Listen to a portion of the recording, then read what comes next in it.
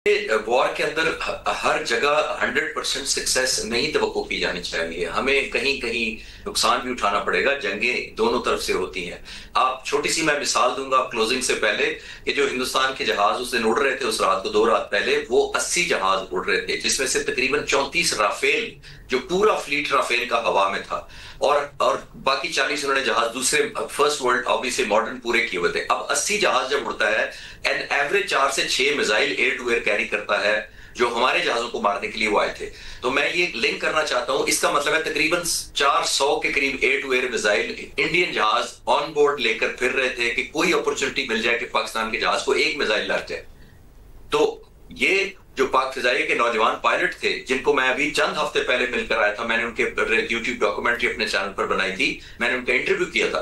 तो हर पायलट को मैं उतनी ही शाबाश देना चाहूंगा मारने की, जितनी मारने बच कर आने की, जिंदा सेफ जहाजों को लैंड करने की, जितनी मैं शाबाश उनको देना चाहता हूं कि उन्होंने 5 जहाज मारे हैं। तो ये एक ऑनगोइंग होता है। आप जिस तरह से पाकिस्तानी जो एयरफोर्स है उन्होंने भारतीय ड्रोन्स को निशाना बनाया है, भारतीय पायलट्स को इससे पहले हमने देखा, चाय भी पिलाई, वेलकम भी किया, अब उनको डिलीवर कर रहे हैं। और अब जिस तरह से हम हार्ड किल और सॉफ्ट किल टेक्निक से उनके ड्रोन्स को निशाना बना रहे हैं, जरा इस टेक्नोलॉजी के हवाले से बताइएगा। बहुत बहुत शुक्रिया आपका और आपके चैनल का मुझे इन्वाइट करने का। देखिए, इस नई मॉडर्न एयर वॉरफेयर में खास तौर पे बहुत टेक्नोलॉजी का इन्फ्लुएंस हो गया। अब जंगें डॉग फाइट की तरह नहीं लड़ी जाती जो 65 की जंग या 71 या उसके बाद की जंगों में लड़ी जाती थी। अब हर वो सोर्स इस्तेमाल किया जाता है जिससे दुश्मन के जहाज को नुकसान पहुंचाया जाए, डायरेक्टली और इनडायरेक्टली। और इस करने के लिए बहुत सारी मुख्तलिफ डायमेंशन की एम्पावरमेंट जो होती है मुल्क की, या टेक्नोलॉजी होती है खास तौर पे, उसको इस्तेमाल किया जाता है। अब पाक फिजाइया ने बड़ा मैसिव एम्प्लॉय किया है सॉफ्ट किल के सेंस में साइबर वॉरफेयर और साइबर कमांड और एरोस्पेस टेक्नोलॉजी को बहुत भरपूर तरीके से इंटीग्रेटेड थी। मैं कंफर्म कर सकता हूँ पाक फिजाइया ने सिर्फ ये रिलाई नहीं किया कि जो हमारे मिसाइल हैं वही हैं। अब ये सॉफ्ट किल होती क्या है या किस तरह किया जाता है, वो ये किया जाता है कि आप बहुत सारे वॉरफेयर टेक्निक्स में, जिसमें साइबर और एरोस्पेस और इलेक्ट्रॉनिक वॉरफेयर इस्तेमाल करके जो दुश्मन के जहाज होते हैं उनके पायलट्स की डिग्रेडेशन करते हैं सिचुएशनल अवेयरनेस। दैट मीन जो उसकी ओरिएंटेशन होती है जंग के बारे में, उसको जो समझ आ रही होती है, जो उसका डाटा इनपुट हो रहा होता है, जो एनालाइज कर रहा होता है डिफरेंट सिचुएशंस को, उसको डिग्रेड कर दिया जाता है उसकी कैपेसिटी को। यानी कि उसको इन्फॉर्मेशन या जो डिग्रेडेशन की जाती है पायलट की, वो इन्फॉर्मेशन पहुंचाकर, डिग्रेडेड फॉर्म में इन्फॉर्मेशन पहुंचाकर, डिलेड फॉर्म में मुख्तलिफ तरीके इस्तेमाल होते हैं। वो कॉन्फिडेंशियलिटी की वजह से मैं रीजन नहीं शेयर कर सकूंगा कैसे की जाती है, लेकिन अल्टीमेट मकसद ये होता है कि पायलट का कॉन्फिडेंस शेयर किया जाए, उसका कोऑपरेशन दूसरे जो जहाज होते हैं उनसे मिनिमाइज किया जाए, ताकि उसको स्टैंड लोन करके घबराहट का शिकार किया जाए और अनसर्टेनिटी और कॉन्फिडेंस लूज करने को किया जाए। फिजिकल तो किया ही जाता है। ये एक मैं आपको एक करता चलूं आपके नाज़रीन के लिए, मैं कोशिश करूंगा जितना इसको सादा जुबान में इस्तेमाल कर सकूं, वो ये कि आमतौर पे जब मैं फाइटर पायलट था तो हमें ये बताया जाता था और आज तक ये सिखाया जाता है कि 2 तरह के मिशन होते हैं, एक डिफेंसिव काउंटर और एक ऑफेंसिव काउंटर। अब डिफेंसिव काउंटर ये होता है कि दुश्मन ने मेरे इलाके में आना है और मुझे ये एज अ फाइटर पायलट हुक्म दिया जाता है कि मैंने उनको डिनाई करना है, अपनी एयर स्पेस अपने अंदर आने नहीं देना, अगर आएंगे तो उनको मारना है और कामयाब नहीं होने देना उनके अपने मिशन में। ये डिफेंस होता है, दैट मीन मैं डिफेंस कर रहा हूँ। ऑफेंसिव काउंटर ये होता है जब मुझे कहा जाता है कि आपने पेनिट्रेट करना है इनटू द एनिमी टेरिटरी और जाकर फलां ब्रिज, फलां डैम, फलां प्रोजेक्ट जो भी है उनको तबाह करना है, ये ऑफेंसिव होता है। उसमें अपॉर्चुनिटी ये भी देखी जाती है कि जो भी कोई थ्रेट करेगा उसको मारना भी होता है, जहाज को गिराना होता है।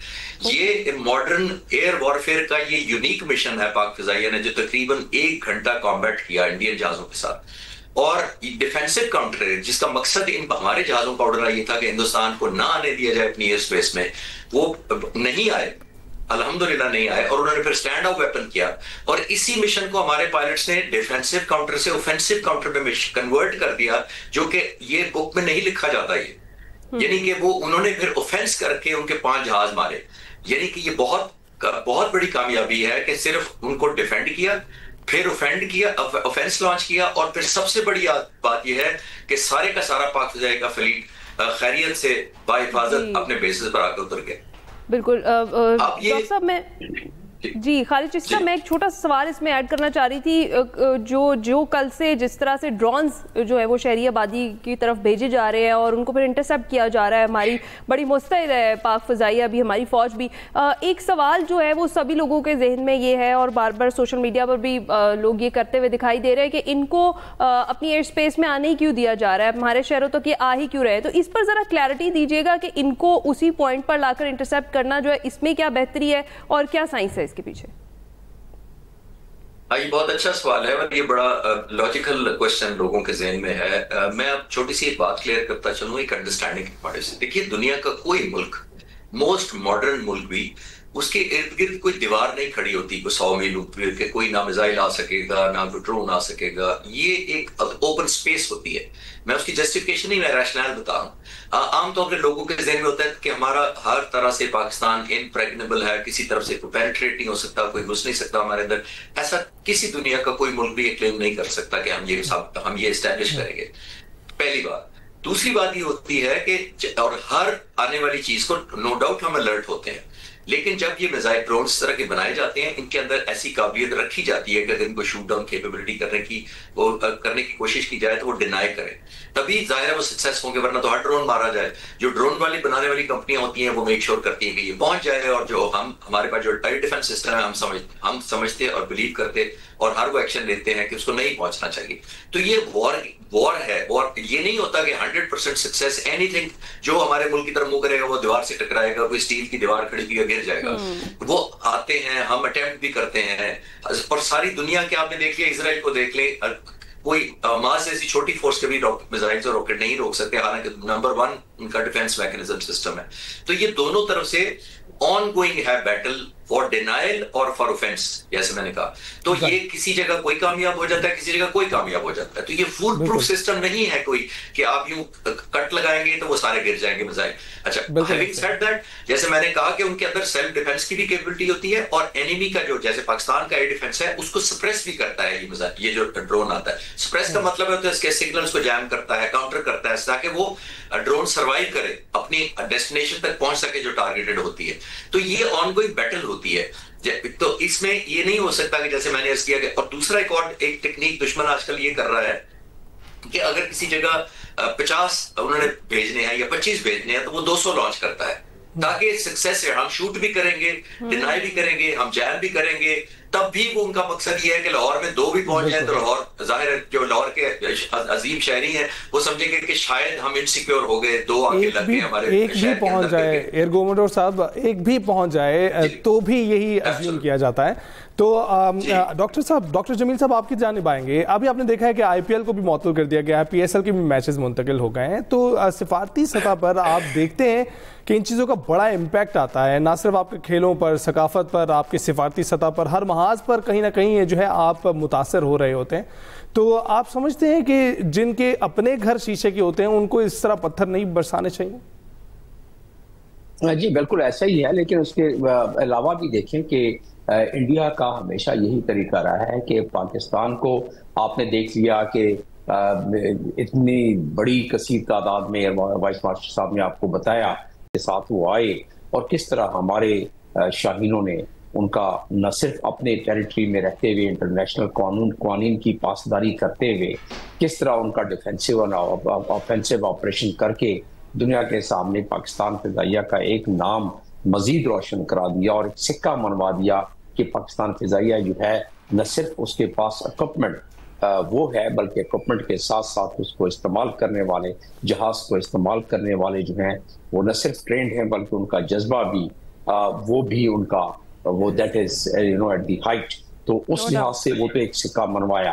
اس سے ہمیں سفارتی فائدہ بڑا ہو گیا. سفارتی فائدہ یہ ہو گیا کہ now we can talk to the people from the position of strength کہ جی ہمارے پاس اسٹرینتھ بھی ہے، ہم کوئی بالکل کمزور ہو کے تو بات نہیں کر رہے ہیں. تو اس لحاظ سے اگر دیکھا جائے تو یہ ڈیمونسٹریشن I would say کہ that demonstration is really should be utilized and that would really help us a lot in our diplomatic. آپ کے سوال کا جواب کہ انڈیا ایسا کیوں کرتا ہے، انڈیا نے یہ کوئی تقریباً 1.5 دن پہلے کیا کیا ہے کہ وہ وائٹ ہاؤس سے تقریباً چند میٹر کے فاصلے پر 150 میٹر کے فاصلے پر 200 میٹر کے فاصلے پر IMF کا آفس ہے. IMF गए हैं इंडियंस, और उन्होंने पूरा एक जस्टिफिकेशन बना के गए हैं कि पाकिस्तान के जो ट्रांचे है, लोन है, न दिया जाए उसको। आपको याद होगा कि FATF बिल्कुल हर सूरत डॉक्टर जमील साहब, इंडिया की यही कोशिशें हैं कि किस तरह पाकिस्तान को सिफारती सतह पर भी अकेला किया जाए, लेकिन यकीनन इंडिया को इस पर मुंह की खानी पड़ेगी। लास्ट मिनट है, डॉक्टर खालिद चिश्ती साहब आपकी जानिब आना चाहूंगी, कहिएगा यकीनन आवाम के लिए भी एक मैसेज है, क्योंकि आवाम में भी एक पैनिक किसी भी तरह का है, चाहे वो थोड़ा बहुत है, लेकिन फिर भी आप क्या कहेंगे, जब तक हमारे शाहीन परवास में है तब तक आवाम को पुरसुकून रहना चाहिए? देखिए, वॉर के अंदर हर जगह 100% सक्सेस नहीं तवक्को की जानी चाहिए। हमें कहीं कहीं नुकसान भी उठाना पड़ेगा। जंगें दोनों तरफ से होती हैं। आप छोटी सी मैं मिसाल दूंगा क्लोजिंग से पहले कि जो हिंदुस्तान के जहाज उस दिन उड़ रहे थे, उस रात को 2 रात पहले वो 80 जहाज उड़ रहे थे, जिसमें से तकरीबन 34 राफेल, जो पूरा फ्लीट राफेल का हवा में था, और बाकी 40 उन्होंने जहाज दूसरे फर्स्ट वर्ल्ड ऑब्वियसली मॉडर्न पूरे किए हुए थे। अब 80 जहाज जब उड़ता है, एन एवरेज 4 से 6 missile air to air carry करता है, जो हमारे जहाजों को मारने के लिए वो आए थे। तो मैं ये लिंक करना चाहता हूं, इसका मतलब है तकरीबन 400 के करीब air to air missile Indian जहाज ऑन बोर्ड लेकर फिर रहे थे कि कोई अपॉर्चुनिटी मिल जाए कि पाकिस्तान के जहाज को एक मिसाइल लग जाए। तो ये जो पाक फिजाइया के नौजवान पायलट थे, जिनको मैं अभी चंद हफ्ते पहले मिलकर आया था, मैंने उनके यूट्यूब डॉक्यूमेंट्री अपने चैनल पर बनाई थी, मैंने उनका इंटरव्यू किया था। तो हर पायलट को मैं उतनी ही शाबाश देना चाहूंगा मारने की, जितनी मारने बचकर आने की, जिंदा सेफ जहाजों को लैंड करने की, जितनी मैं शाबाश उनको देना चाहता हूं कि उन्होंने 5 जहाज मारे हैं। तो ये एक ऑनगोइंग होता है।